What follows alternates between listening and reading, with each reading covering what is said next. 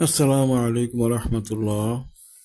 সম্মানিত দিনী ভাইগণ, আশা করি এবং দোয়া করি আপনারা সকলেই ভালো আছেন। আপনাদের দোয়ায় আল্লাহ পাকের হাবিব হুজুর পাক সাল্লাল্লাহু আলাইহি ওয়াসাল্লাম এর রহমতে আমিও ভালো আছি। আমরা আলিকান মালিকান তালিকান এই মোয়াক্কেলদেরকে নিয়ে আমরা আলোচনা করছিলাম যে এই মহাশক্তিধর মোয়াক্কেলগণ এর মাধ্যমে আমরা কি কি সুবিধা বা কি কি ফায়দা নিতে পারি ওনাদের কাছ থেকে, এবং আমরা এই আলোটার কন্টিনিউ আমরা দীর্ঘদিন করে যাব। প্রায় 25টার উপরে টপিক রয়েছে যেগুলো আলোচনা করতে হবে।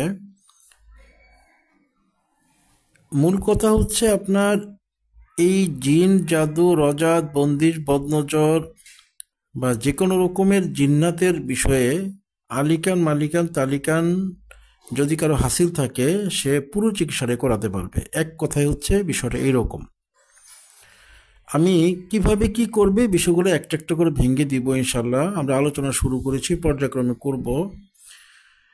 আমি এই আলিকান মালিকান তালিকান এর আলোচনার মাঝে দিয়ে একটা নতুন আলোচনা আজকে করব, যে আলোচনাটা আমি পূর্বেও করেছি একবার, আজকে আবার করব। কারণ হচ্ছে আমার ছাত্রদের আমি একটা পরীক্ষা নিয়েছিলাম গত 3-4 দিন আগে। যেহেতু অনেক নতুন ছাত্র অনলাইনে এই জিনিসগুলো শেখার জন্য আগ্রহ প্রকাশ করেছেন, তাদেরকে আমি বলেছি আপনারা 41 দিনের হেফাজতের আমলগুলো শেষ করুন, এরপর আমার সাথে আপনারা দেখা করুন। যেহেতু 15 দিনে একবার দেখা করার ব্যাপারে ওনারা কমিটমেন্ট করেছে, আমি বলেছি ঠিক আছে আপনারা 41 দিনের হেফাজতের আমলগুলো করুন, এরপরে দেখা করুন। এই 41 দিনের হেফাজতের আমলের যে পরীক্ষাটা আমি নিয়েছি সেখানে অনেকেই ব্যাপারগুলা মূল বিষয়টা বুঝলেও পরিপূর্ণ ব্যাপারটা বুঝে না। আমি এই জন্য আজকের ভিডিওতে সংক্ষেপে আমি প্রত্যেকটা বিষয় একেবারে ভেঙে চুরে বলে দিব, যাতে করে যারা 41 দিনের হেফাজতের আমলগুলো করবেন এই একটা ভিডিওই যেন তার জন্য হেফাজতের আমলের ভিডিও হিসেবে যথেষ্ট হয়। আমি এই ভিডিওটার মধ্যে পুরো বিষয়টা ভেঙে দেওয়ার চেষ্টা করব ইনশাআল্লাহ। আর পর্যায়ক্রমে আগামীকাল থেকে আমরা আবার আলিকান মালিকান তালিকান এর আমলগুলো নিয়ে আলোচনা করব। আলিকান মালিকান তালিকান হচ্ছে কি করা যেতে পারে, কি কি সুযোগ সুবিধা নেওয়া যেতে পারে, বিষয় নিয়ে আমরা কালকে থেকে আমরা আলোচনা করব। আজকে আমি হেফাজতের বিষয়টা আলোচনা করছি। যারা মুদাব্বিরে শিখছেন, আমার ছাত্র আছেন, কিংবা যারা ভিউয়ার্স এই বিষয়টার উপরে শিখতে চাচ্ছেন, তাদেরকে আমি বলেছি যে আপনারা এসে শিখলে আমার কাছ থেকে শিখে যেতে পারবেন। তবে প্রথমেই আপনাদের 41 দিনের হেফাজতের আমেল হয়ে নিতে হবে। এরপর আপনারা আমার সাথে দেখা করলে পর্যায়ক্রমে কি কি করতে হবে আমি বুঝিয়ে দেব। তো 41 দিনের হেফাজতের আমলের মধ্যে আমি 9টা বিষয় আলোচনা করেছি।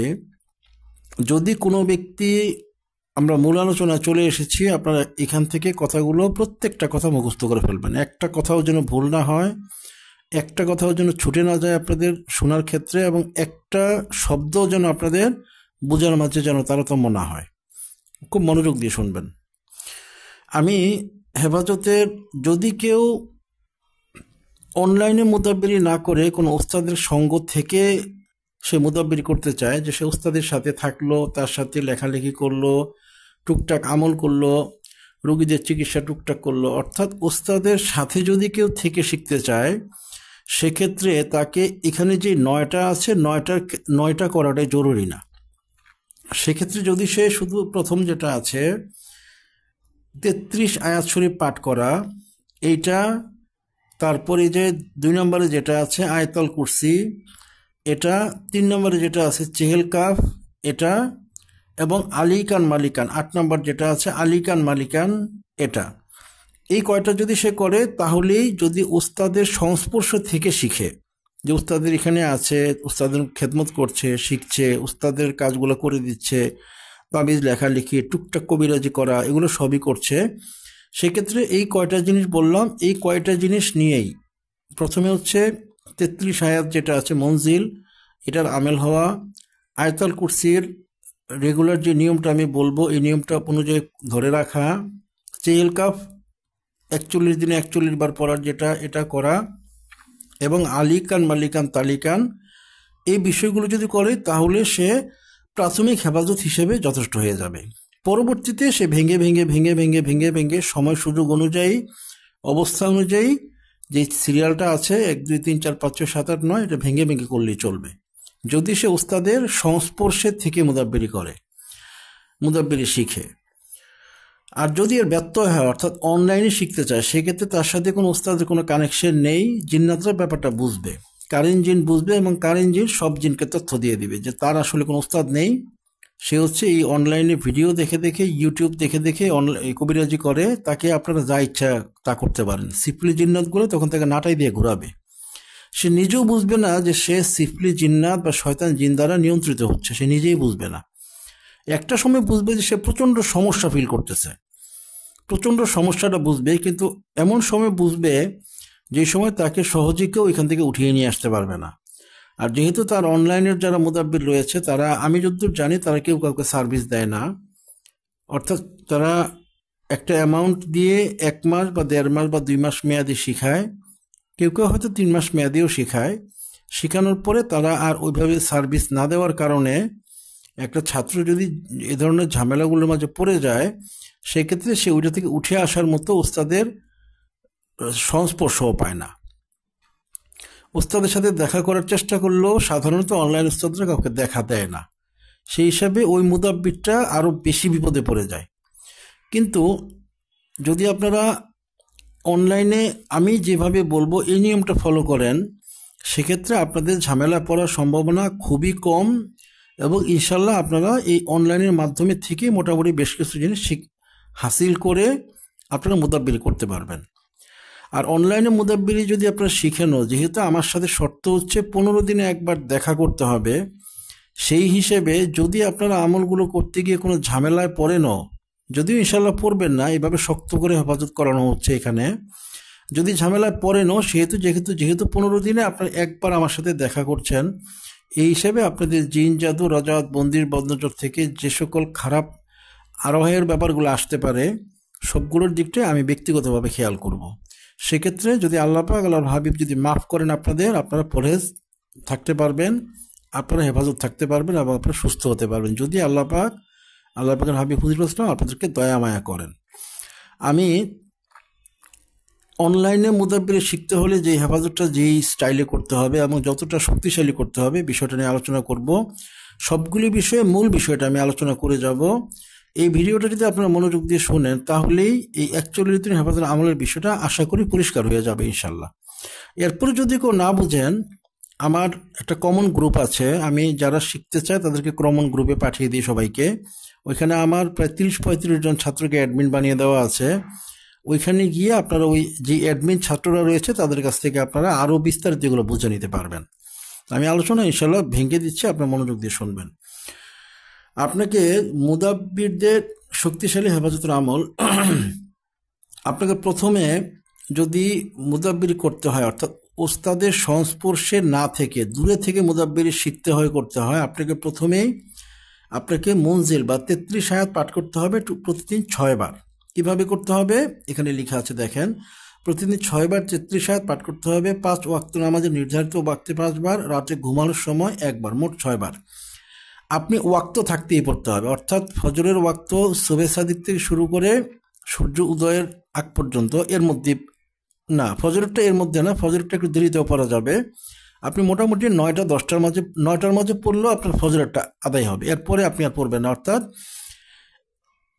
যদিও ফজরের ওয়াক্ত হচ্ছে সূর্য উদয় পর্যন্ত, কিন্তু সূর্য উদয়ের পরেও আপনি আধা ঘন্টা 1 ঘন্টা সময় পাবেন ফজরটা করার জন্য।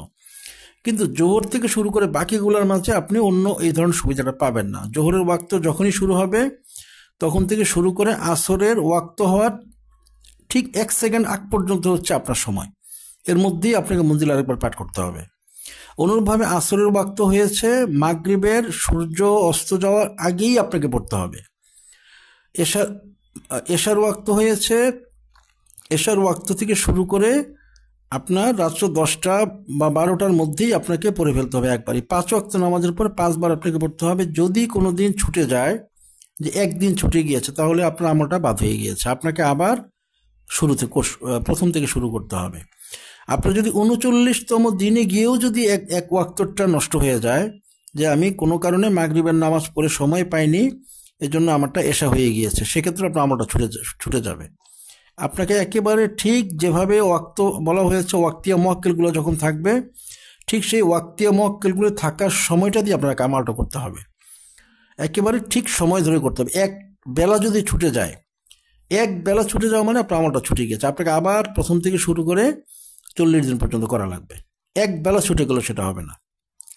এবং রাত্রেবেলা ঘুমানোর আগে একবার, টোটাল 6 বার করতে হবে। 5 ওয়াক্ত নামাজের বেলা থাকতে থাকতে একবার, এবং রাত্রেবেলা ঘুমানোর আগে। সেটা আপনি যদি আমল করে ঘুমান, হয়তো 2টা-3টার দিকে ঘুমাবেন, তাইলেও সমস্যা নেই, বা যদি 12টার দিকে ঘুমান তাইলেও সমস্যা নেই।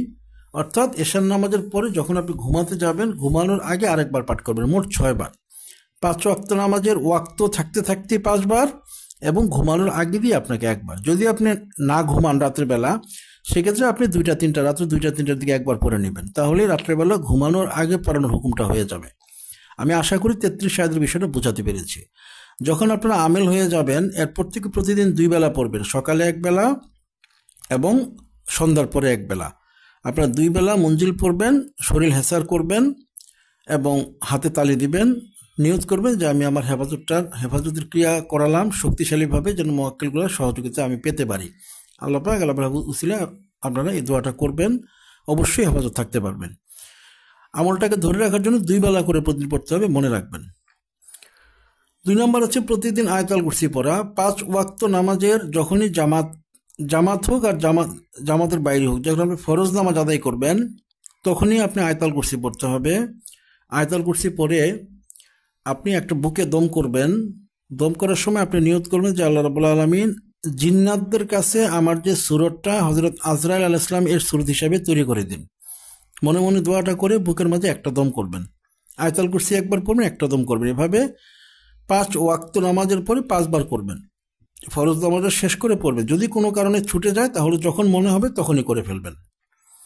রাত্রে ঘুমানোর আগে একবার পড়বেন আয়াতুল কুরসি, পরে এই দোয়াটা আবার করবেন যে আল্লাহ পাক, জিন্নাত এবং খারাপ যে সকল জিনিসগুলো আপনি তৈরি করেছেন, তাদের কাছে, ইবলিস, শয়তান বা জিন্নাত, তাদের কাছে আমার আকৃতিটা যেন হযরত আজরাইল আলাইহিস সালামের মতো তারা যেন দেখতে পায়, ওইভাবে আমাকে আকৃতি দান করুন।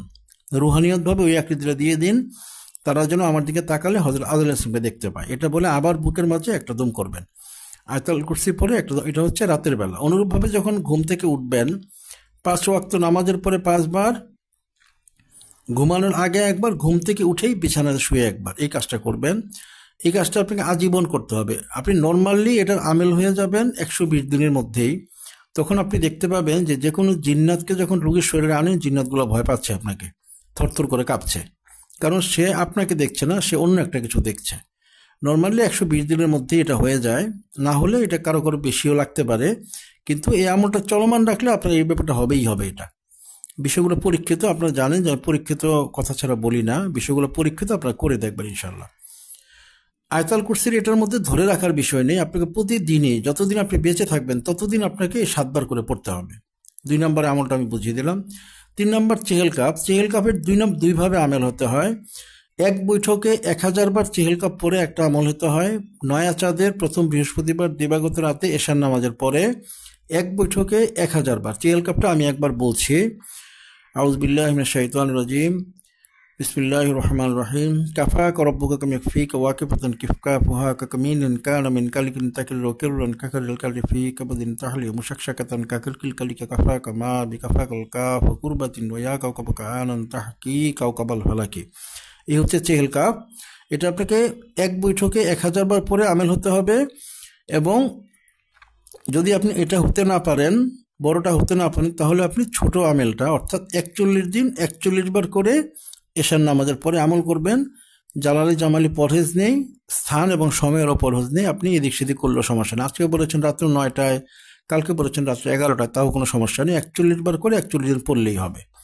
আমলটা ধরে রাখার জন্য যখন আপনি আমেল হয়ে যাবেন 41 দিন, আমেল হওয়ার পর থেকে আপনি 7 বার করে পড়তে হবে এই চেহেল কাফের আমলটা ধরে রাখার জন্য। নাদে আলী শরীফ 41 বার করে 41 দিন। নাদে আলী শরীফ কোনটা? নাদে আলী শরীফটা আমি একবার বলছি, শুনুন। আউযু বিল্লাহি মিনাশ শাইতানির রাজিম। বিসমিল্লাহির রহমানির রহিম। নাদে আলিয়াম মুযিল আজাইব তাজিদাহু আউনা লাকা ফিন নওয়াইব কুল্লু হাম্মি ওয়া গাম্মিন সাইন জালিম আযমাতিকা ইয়া আল্লাহু ওয়া নুবুওয়াতিকা ইয়া মুহাম্মদ সাল্লাল্লাহু আলাইহি ওয়াসাল্লাম ওবে ওয়ালায়াতিকা ইয়া আলী ইয়া আলী ইয়া আলী। এই হচ্ছে নাদে আলী শরীফ। এই নাদে আলী শরীফটা আপনাকে 41 দিন আমল করতে হবে, 41 বার করে। প্রত্যেকটা আমলের ক্ষেত্রেই কিন্তু আগে পরে আপনারা দুরূদ শরীফ পড়ে নেবেন, কমপক্ষে 7 বার অথবা 11 বার করে পড়ে নেবেন। মনে রাখবেন, বড় দুরূদ শরীফটা পড়লে ভালো, ইব্রাহিম শরীফ, অথবা আপনি শুধু সাল্লাল্লাহু আলাইহি ওয়া আলিহি ওয়াসাল্লাম এটা পড়লেও চলবে।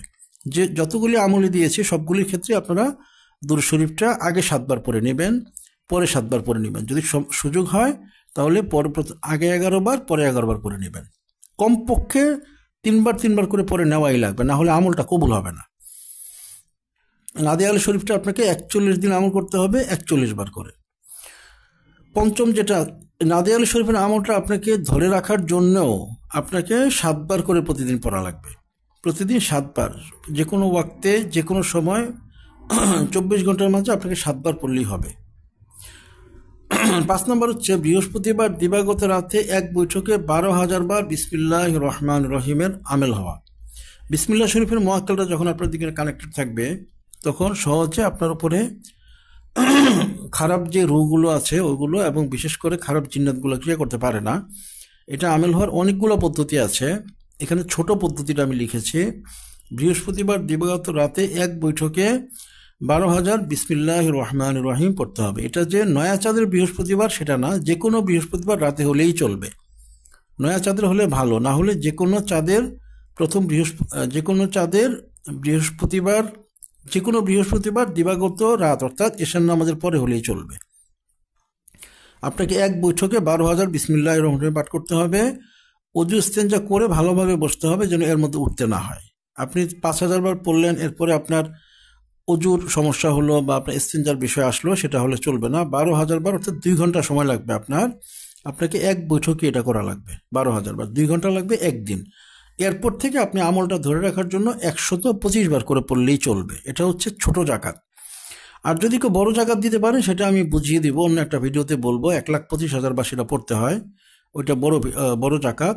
হেফাজতের আমেল হওয়ার জন্য আপনাকে ছোট জাকাতটা দিলেই চলবে, 12,000 বারের জাকাতটা। আরও অনেকগুলো পদ্ধতি আছে। 1,000 বার করে 40 দিন পড়তে হয়, এটাও একটা পদ্ধতি। 786 বার করে আপনাকে 40 দিন পড়তে হয়, এটাও একটা পদ্ধতি। কিন্তু এই পদ্ধতিটা সবচাইতে গ্রহণযোগ্য ছোট জাকাত হিসেবে, এক বৈঠকে 12,000 বার পড়ে ফেলা। এবং আমলটা ধরে রাখার জন্য প্রতিদিন 125 বার করে আপনাকে যে কোনো সময়, 24 ঘন্টার মাঝে যে কোনো সময় বিসমিল্লাহির রহমানির রহিম পড়তে হবে। আগে পরে দুরূদ শরীফ পড়ে নিতে হবে। 6 নম্বর হচ্ছে ইসমে আজম। 41 দিন আপনাকে 41 বার করে পড়তে হবে। ইসমে আজম কোনটা? বিসমিল্লাহির রহমানির রহিম। আল্লাহুম্মা ইন্নী আসআলুকা বিআন্না লাকাল হামদু লা ইলাহা ইল্লা আনতাল মান্নান বাদিউস সামাওয়াতি ওয়াল আরদি ইয়া যাল জালালি ওয়াল ইকরাম ইয়া হাইয়্যু ইয়া কাইয়্যুম। এই শব্দটাকে ইসমে আজম হিসেবে ধরা হয়, যেটা আমরা হাদিস শরীফের মাঝে পেয়েছি। আপনারা এটাকে 41 দিন 41 বার করে পড়তে হবে। 41 দিন 41 বার করে পড়তে হবে। এক বৈঠকে পড়বেন, বৈঠক ভাঙবেন না।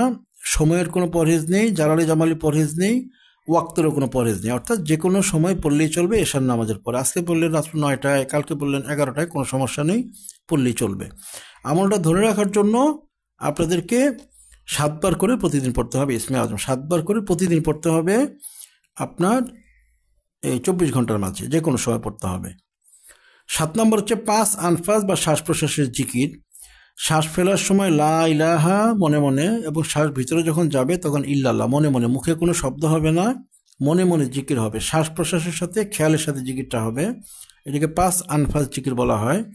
এই জিকিরটা যদি কেউ করে, রুহানিয়তের জন্য তাকে আর অন্য কোনো আমল করতে হয় না। তার অন্তরের সাথে, তার শ্বাস প্রশ্বাসের সাথে লা ইলাহা ইল্লাল্লাহ জিকিরটা সেট হয়ে যাওয়ার কারণে তার রুহানিয়ত এমনিতেই উপরে উঠতে থাকে। সে যদি নাও চায়, তারপরেও তার রুহানিয়ত উপরে উঠতে থাকবে। এত শক্তিশালী আমল এটা। লা ইলাহা ইল্লাল্লাহ এর মুআক্কালটা সরাসরি কাজ করে এখানে। খুব শক্তিশালী একটা আমল। আপনারা যারা করেছেন তারা জানেন, যারা করেননি করবেন, করলে বুঝতে পারবেন। শ্বাস ফেলার সময় লা ইলাহা এবং ইল্লাল্লাহ, শ্বাসটা যখন ভিতরের দিকে যাবে তখন আল্লাহ শব্দটা ভিতরে ঢুকবে, ইল্লাল্লাহ। এভাবে মনে মনে, মুখে শব্দ হবে না, মনে মনে এই জিকিরটা চলবে। যখন শ্বাস ফেলবেন তখন মনে মনে খেয়াল করবেন লা ইলাহা। শ্বাসটা যখন ভিতরে যাবে তখন মনে মনে খেয়াল করবেন ইল্লাল্লাহ। এভাবে 1 সপ্তাহ থেকে 21 দিন পর্যন্ত করলে এটা আপনার শ্বাস প্রশ্বাসের সাথে সেট হয়ে যাবে। তখন আপনি যখন ঘুম থেকে উঠবেন, নিজে নিজে দেখবেন আপনার ফুসফুস জিকির করতেছে।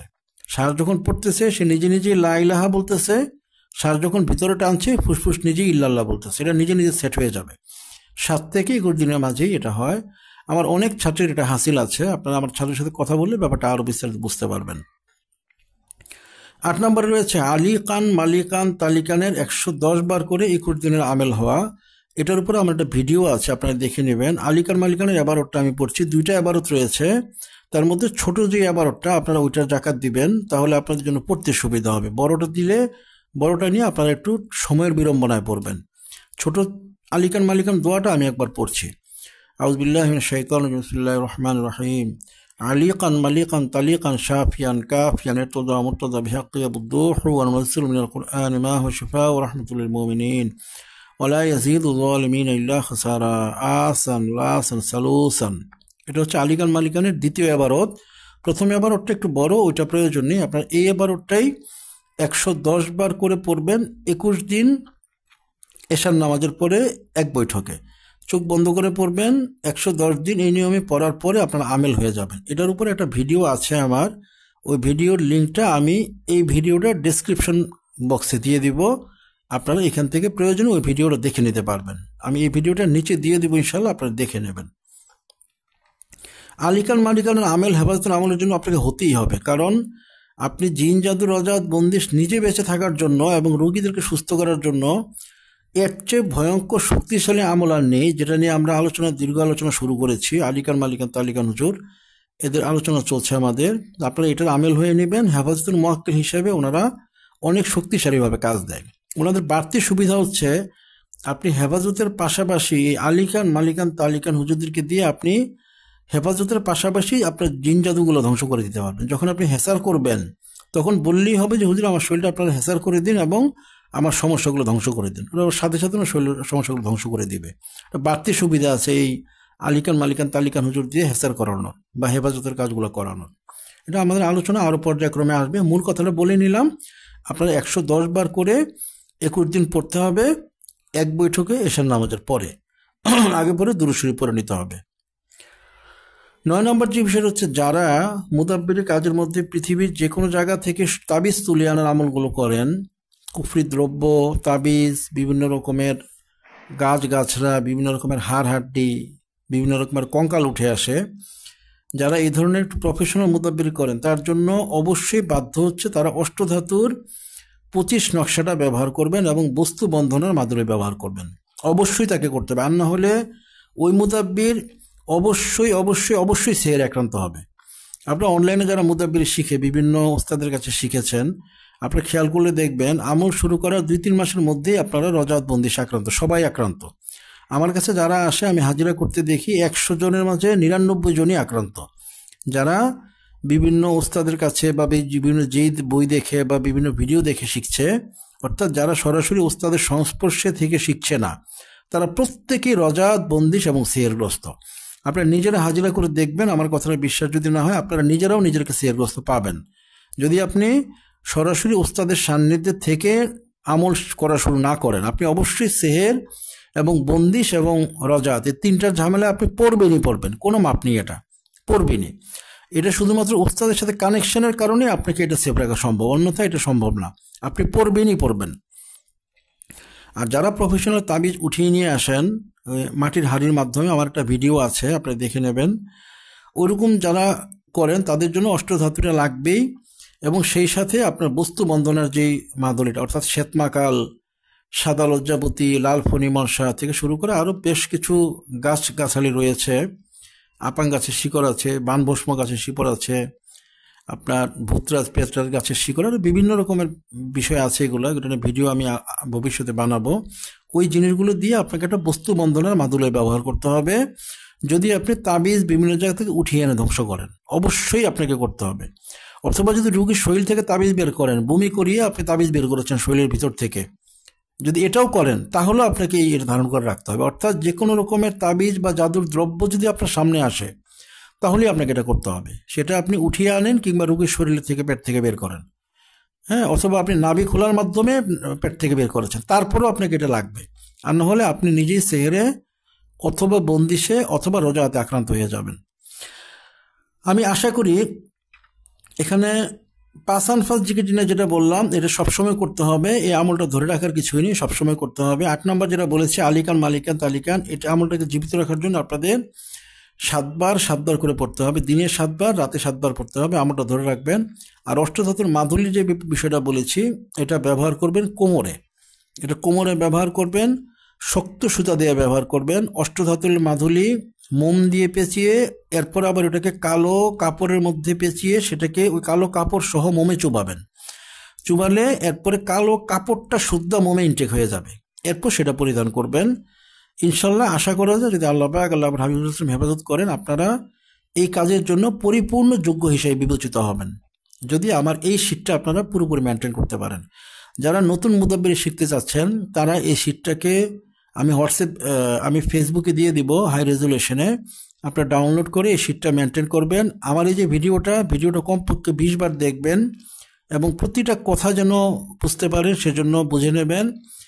আমার একটা গ্রুপ আছে, কমন গ্রুপ, যারা হেফাজতের আমল করে প্রতি 15 দিনে একবার আমার সাথে সাক্ষাৎ করার ব্যাপারে ডিসিশন নিতে পারবে, তাদেরকে আমি ওই কমন গ্রুপে অ্যাড করে দিই।